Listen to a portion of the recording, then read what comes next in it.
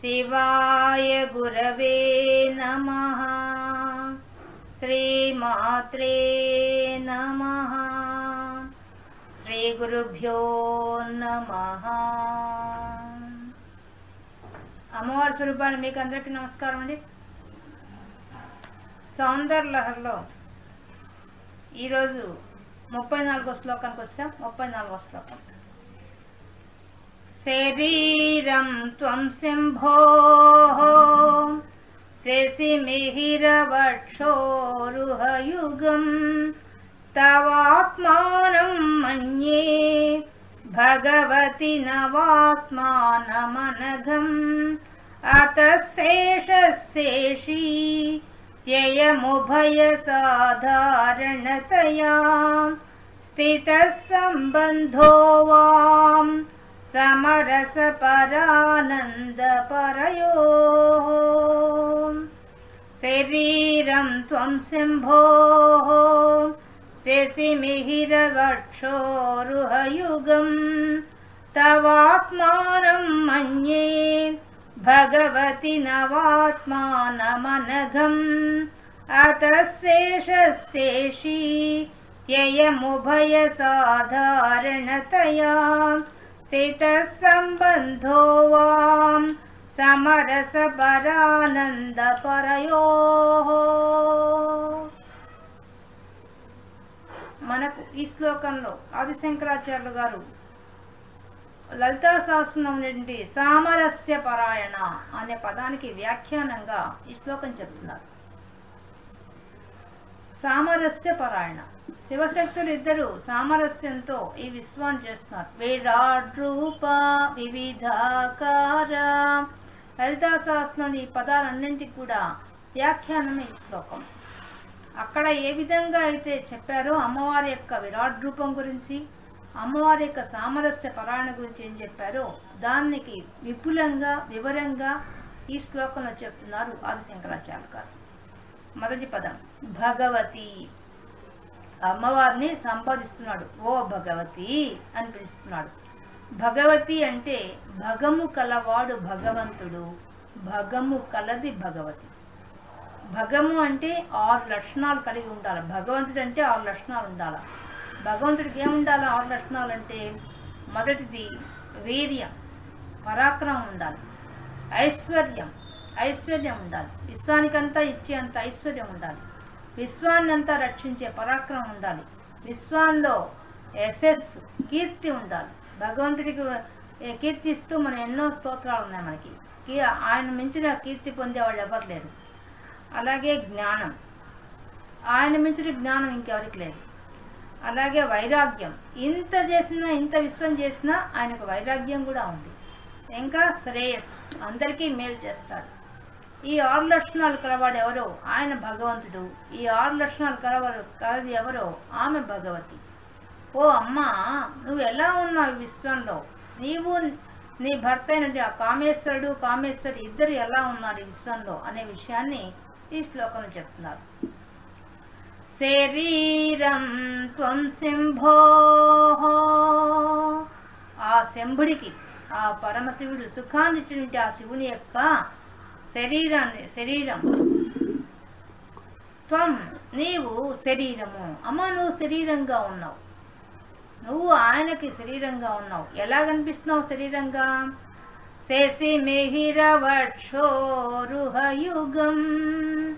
శశి చంద్రుడు, మిహిర సూర్యుడు, వక్షోరుహయుగం ఆ 2 స్థానం పాలిండుగా కలిగి ఉన్నావు. సూర్యుడే చంద్రుడే 2 పాలిండుగా కలిగి ఉండి ఆ శివుడు ఆత్మ అయితే నువ్వు శరీరంగా ఉన్నావు తల్లి అని చెప్తున్నాడు.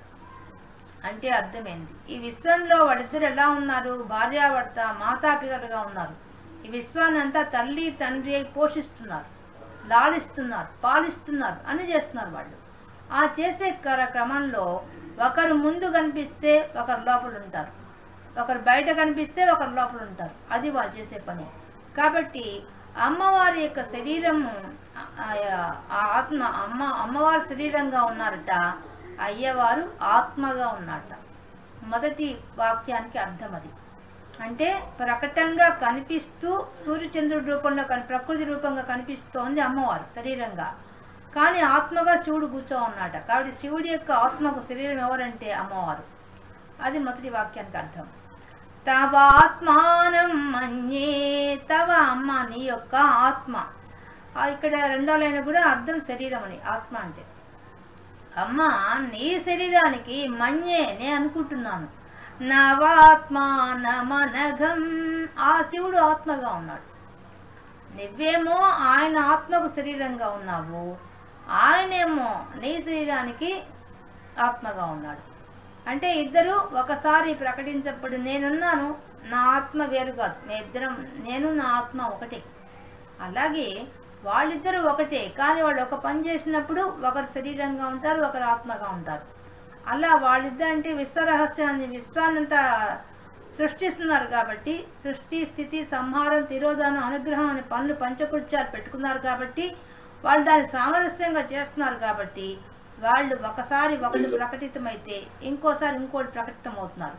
కాబట్టి అమ్మవారు ఆత్మగా ఉన్నప్పుడు అయ్యవారు శరీరంగా ఉన్నారు, అయ్యవారు ఆత్మగా ఉన్నప్పుడు అమ్మవారు శరీరంగా ఉన్నారు. ఇది వాళ్ళకే సాధ్యం, మనకు కాదు. మనకు మన శరీరం వేరుగా మన ఆత్మ రెండు కలిసే ఉంటాయి, కానీ వాళ్ళిద్దరూ అర్ధనాశతత్వంతో ఉన్నప్పుడు ఒకరు ముందుకి ఒకరు వెనక్కి కనిపిస్తూ ఉంటారు. అలా అన్నమాట ఈ విశ్వంలో జరిగేది. ఆ కార్యక్రమాన్ని చెప్తున్నారు. ఇప్పుడు ఆ నవాత్మాను అన్నప్పుడు దానికి చాలా అర్థం ఉంది.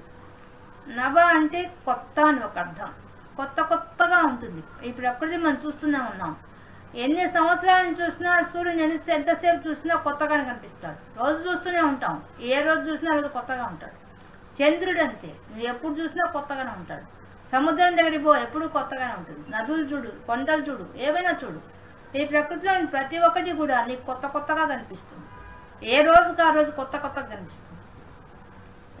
అలా నవాత్మకం, అది ఒక అర్థం. రెండోది నవ అంటే 9. ఆ పరమాత్మ ఎలా ఉన్నాట, అమ్మవారి శరీరానికి 9 వ్యూహాలుగా కూర్చొని విశ్వాన్ని నడుపుతున్నాట ఆయన. 9 వ్యూహాలు అంటే ప్లాన్స్.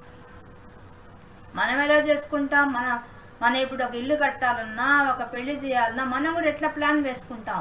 ఈరోజు ఈ పని చేయాలి, రేపు ఇది పని చేయాలనుకొని చేసుకుంటాం కదా. ఆ విధంగానే ఈ విశ్వ రచన చేసేటప్పుడు ఆ పరమాత్మ 9 రకాలుగా ఉండే వ్యూహాలు ఏర్పరచుకున్నాట. ఆ వ్యూహాలు ఏందో ఆ 9 సంగతి చెప్తున్నారు. మొదటిది కాలం. మన కనురెప్పపాటు దగ్గర నుంచి కాలం యుగాల అంతమయ్యేంత వరకు ఉండే కాలమంతా కూడా సృష్టించింది పరమాత్మే. ఆయన ఈ కాలాన్ని ఎవరు నియమించారు మనకి? పగలు, రాత్రి, మళ్ళీ రోజులు, వారాలు, నెలలు, సంవత్సరాలు, ఇవన్నీ ఎవరు ఏర్పాటు చేశారు? ఇవన్నీ మనం ఏర్పాటు చేసినవి కాదు. ఈ కాలం మన చేతిలో లేదు, ఆ భగవంతుడి చేతిలో ఉంది. కాబట్టి ఆయన కనురెప్పపాటు దగ్గర నుంచి యుగం బ్రహ్మకల్పం దాకా, ఆ బ్రహ్మ ఆయుష్ తీరేంత వరకు ఉండే కాలమంతా కూడా ఆయనే నిర్దేశించాడు, ఆయనే తయారు చేశాడు. కాబట్టి కాలం. రెండోది కులం అంటే జాతులు. ఇప్పుడు మనం చూస్తున్నాం, సమస్త జీవరాశి కూడా అనేక జాతులుగా ఉంది. చెట్లు చూస్తే ఒక్కొక్క చెట్టే అనేక జాతులుగా ఉంది. దాంట్లో మళ్ళీ జాతుల్లో మళ్ళీ ఇంకా రకాలు, వాటిలో మగవి, ఆడవి, పువ్వులు ఉండేవి, పువ్వులు లేనివి, కాయలు ఉండేవి, కాయలు లేనివి, పండ్లు ఉండేవి, పండ్లు లేనివి, ఎన్ని రకాల చెట్లు మనం చూస్తున్నాం. అలాగే మనం కూడా, మానవులు కూడా అంతే. ఏ జాతి తీసుకున్నా, ఏది తీసుకున్నా కూడా నీకు అన్ని రకాలుగా సృష్టించేశాడు భగవంతుడు. ఇక్కడ కులానికి రంగులు కూడా వస్తుంది. రంగులు కూడా విశ్వంలో ఉండే రంగులని మనం చూస్తున్నాం కదా, ఎన్ని రకాల రంగులు. ఒక ఆకు తీసుకుంటే ఆ ఆకు లేతగా ఉన్నప్పుడు ఒక రంగు, ముదిరినప్పుడు ఒక రంగు, వాడిపోయినప్పుడు ఒక రంగు, పండిపోయినప్పుడు ఒక రంగు. ఎన్ని రంగులు దానికి ఎవరిచ్చారు? ఆ రంగులన్నీ మనం ఇచ్చామా? ఇవంతా భగవంతుడి సృష్టి. కాబట్టి జాతులు ఆయనే పెట్టాడు, రంగులు ఆయనే సృష్టించాడు. మూడోది నామాలు. అన్నిటికీ పేర్లు మనం పెట్టలేదు, ఇవన్నీ వేదాల్లోంచి వచ్చిన వాటి ప్రకారంగా మనం పేరు తెలుస్తున్నాయి. కొండ, నది, సముద్రం, ఇవన్నీ మనం పెట్టిన పేర్లు కాదు, భగవంతుడే అన్నిటికీ పేరు నిర్దేశించేస్తున్నాడు. ఇంకా జ్ఞానం. ఈ విశ్వంలో మనం చూస్తే ఎంత జ్ఞానం ఉంది, ప్రతి ఒక్క మనిషి దగ్గర నుంచి జంతువుల దగ్గర నుంచి అన్నిటికీ వాటికి తగిన జ్ఞానం వాటికి ఉంది. వాటికి పుట్టుక నుంచే తినడం, మా జీవితం గడపడం అనేది అందరికీ సహజమైన జ్ఞానం ఇవ్వబడింది. ఈ జ్ఞానం అంతా ఎవరిచ్చారు మనకి? పరమాత్మే సృష్టించేశాడు. ప్రతి ఒక్కళ్ళకి కామన్ సెన్స్ అంటారు, ఇంగిత జ్ఞానం, అది అందరికీ, అన్ని జీవులకి, ప్రతి జీవికి ఇచ్చేసాడు ఆయన. కాబట్టి జ్ఞానం. చిత్త, మనలోనే మనసు, బుద్ధి, అహంకారం, చిత్తం అనే 4 రూపాల్లో మా ప్రతి ఒక్కటికి, ప్రతిదానికి మనసు ఉంది. ఆ మనసు ఆయన ఇచ్చేసాడు భగవంతుడు. ప్రతి జీవికి ఉంది. చిన్నది చీమకైనా కూడా దానికి కూడా ఎవరు చెప్తున్నారు? ఈ ఏదైనా అడ్డం వస్తే దాటిపోవాలని మనసు ఎలా చెప్తోంది? దానికి ప్రణాళిక ఎవరు చెప్తున్నారు అంటే అవి కూడా భగవంతుడే నేర్పించేస్తున్నారు. కాబట్టి చిత్తం, నాదం, శబ్దం.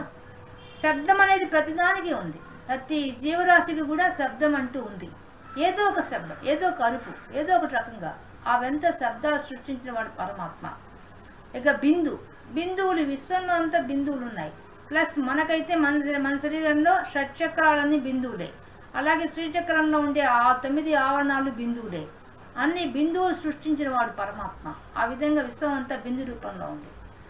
కళ అంటే అక్షరాలంతా సృష్టించిన వాడు పరమాత్మ.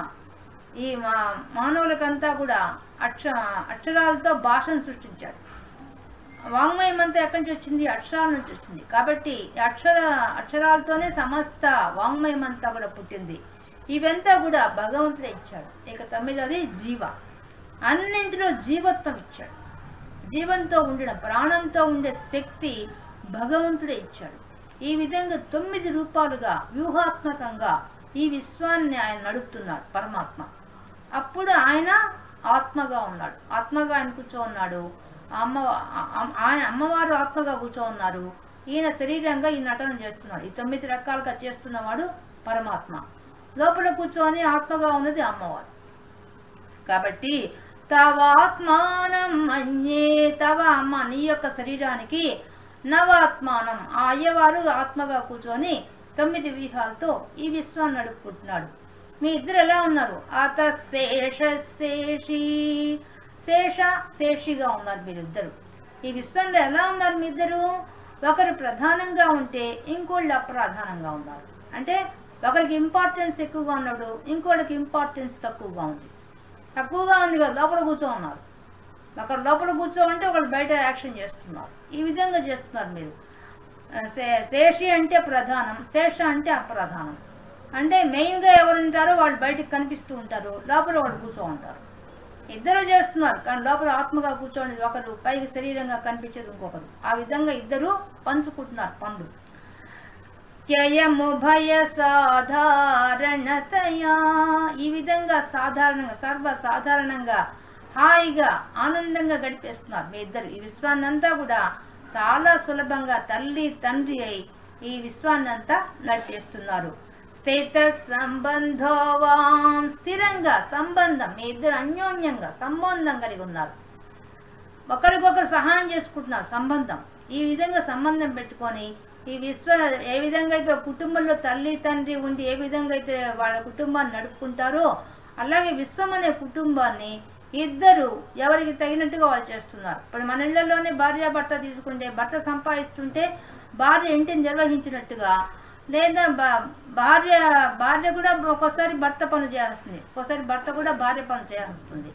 ఆ విధంగా ఇద్దరు సామరస్యంగా పంచుకుంటున్నారు. ఇద్దరు సమానంగా వాళ్ళ యొక్క చేసే పనులను పంచుకొని ఈ విశ్వరచన చేస్తున్నారు. సమరస పరానంద పరయోహో, ఎలా ఉన్నారు మీ ఇద్దరు? సామరస్యంతో చేస్తున్నారు, అంటే అన్యోన్యంగా చేస్తున్నారు, తగాదలు. ఇప్పుడు మనకి ఇళ్ళలో అయితే ఇగో ప్రాబ్లం, పొద్దున్నే చడుచుకుంటుంటారు భార్యాభర్త, కానీ వాళ్ళకి ఆ ఇగో ప్రాబ్లం లేదు. ఎవరి పనులు వాళ్ళు పర్ఫెక్ట్గా అనఘం, ఏ లోపం లేకుండా చేస్తారు, ఏ దోషం లేకుండా చేస్తారు. అనఘం అంటే ఏ దోషం లేదు, ఏ లోపం లేదు. వాళ్ళు చేసే పనులు, ఇద్దరు చేసే పనులలో ఎక్కడ మనం చూస్తూనే ఉన్నాం. ఎన్ని యుగాలు అయిపోయిన సూర్యుడు చంద్రుడు మనం లేయడం ఆలస్యంగా వచ్చేమో, కానీ సూర్యుడు చంద్రుడు వాళ్ళు అనుకున్న సమయానికి వస్తున్నారు. వాళ్ళు పెట్టిన నియమాన్ని వాళ్ళు తప్పడం లేదు. ఆమె శరీరంగా ఉన్న వాళ్ళు ఎంత పర్ఫెక్ట్గా ఉన్నారు. అలాగే నవవ్యూహాలుగా ఉన్న అది ఆ వ్యవస్థ కూడా అట్లాగే ఉంది. దాంట్లో ఏ దోషం ఉండదు, ఎప్పుడు ఏముండదు. ఇద్దరు సామరస్యంగా చేసుకుంటున్నారు, ఒకరికొకరు సహకరించుకుంటూ ఒకరికొకరు ఆనందంగా ఉన్నారు. ఎలాంటి ఆనందం ఉన్నారట? పరానంద పరయో, పరానంద, ఆనంద భైరవి, ఆనంద భైరవుడు ఇద్దరు. ఒకరు నాట్యం ఒకరు తాండవం చేస్తే ఒకరు లాస్యం చేస్తే, ఈ విధంగా సృష్టిలో వాళ్ళు చేస్తున్నారు. ఏం పని చేస్తున్నారు వాళ్ళు? పరానంద పరయోహో, ఉత్కృష్టంగా, చాలా గొప్ప ఆనందం, దాన్ని మించిన ఆనందం లేదు. అంత ఆనంద అనుభూతి చెందుతూ వాళ్ళిద్దరూ నృత్యం చేసుకుంటూ ఈ విశ్వాన్ని రచిస్తున్నారు. అందులో అది కూడా విశ్వాన్ని ఎలా చేస్తున్నారు? సృష్టి స్థితి అమ్మవారు చేస్తున్నారు, అప్పుడు అయ్యవారు ఆత్మగా కూర్చో ఉంటారు. తిరోధానం అనుగ్రహం చేసే, సంహారం తిరోధానం చేసేటప్పుడు అయ్యవారు కూర్చో ఉంటారు, అయ్యవారు చేస్తుంటారు. లోపల అమ్మవారు ఆత్మగా కూర్చో ఉంటారు. కానీ అనుగ్రహం అనే ఐదో పని చేసేటప్పుడు ఇద్దరు కలిసి చేస్తారు. ఈ విధంగా ఇద్దరు సామరస్యంగా ఒకరి పనులు ఒకరి పంచుకొని చేసుకుంటున్నారు, అన్యోన్యంగా చేసుకుంటున్నారు భార్యాభర్తగా.